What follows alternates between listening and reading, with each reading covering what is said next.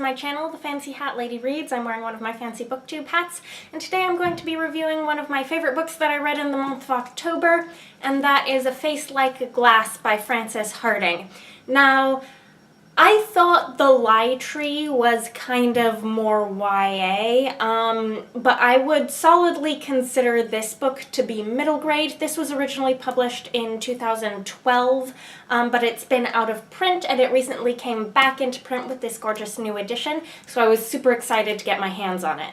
I think you may like this book if you enjoy bizarre and totally unique fantasy settings. I think you may enjoy this book if you like whimsical middle grade with just a dash of intrigue and peril. It concerns the adventures of a naive young girl in Caverna, a wondrous underground city teeming with schemes and pretense. In the cheese tunnels of Cheesemaster Grandable, the reclusive cheesemaker takes on and conceals an apprentice. The girl, whom he names Neverfell, showed up amongst his cheeses with no memory of her past and a face that she must never let anyone see. Neverfell assumes herself to be horrifically ugly, but readers will soon guess that that is not the reason that Grandable makes her wear a mask anytime visitors come. But no matter how hard you try, you cannot keep a growing girl in the cheese tunnels forever.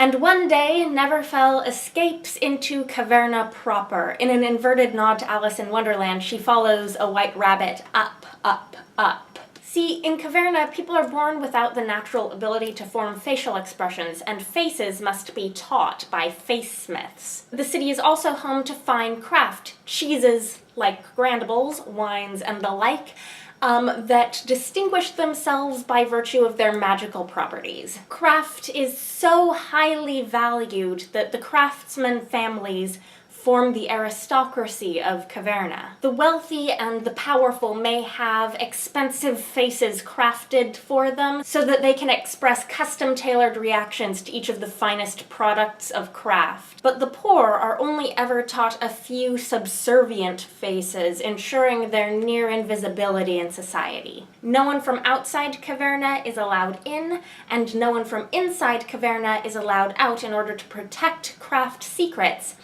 But as you may have guessed, Neverfell is an outsider. Neverfell is over-trusting of everyone she meets and incapable of concealing her own thoughts and feelings, hence her face being said to be like a window. So she quickly becomes a pawn in some sprawling vicious schemes without realizing it. So can she savvy up quickly enough to turn the tables and win some victories of her own? Will she be able to solve the mystery of how she came to Caverna in the first place?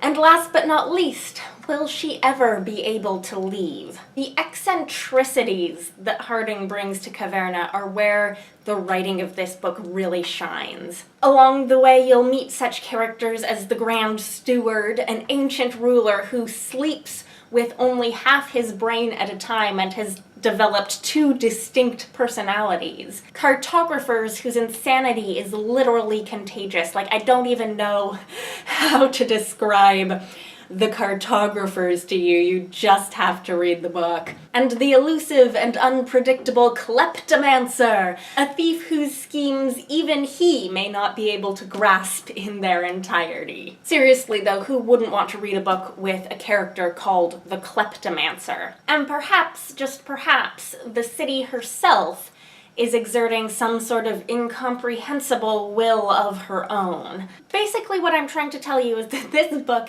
is totally delightfully bonkers, and that I absolutely loved it, and that you might love it too if you like totally bonkers delightful books. Anyhow, that's what I thought of A Face Like Glass.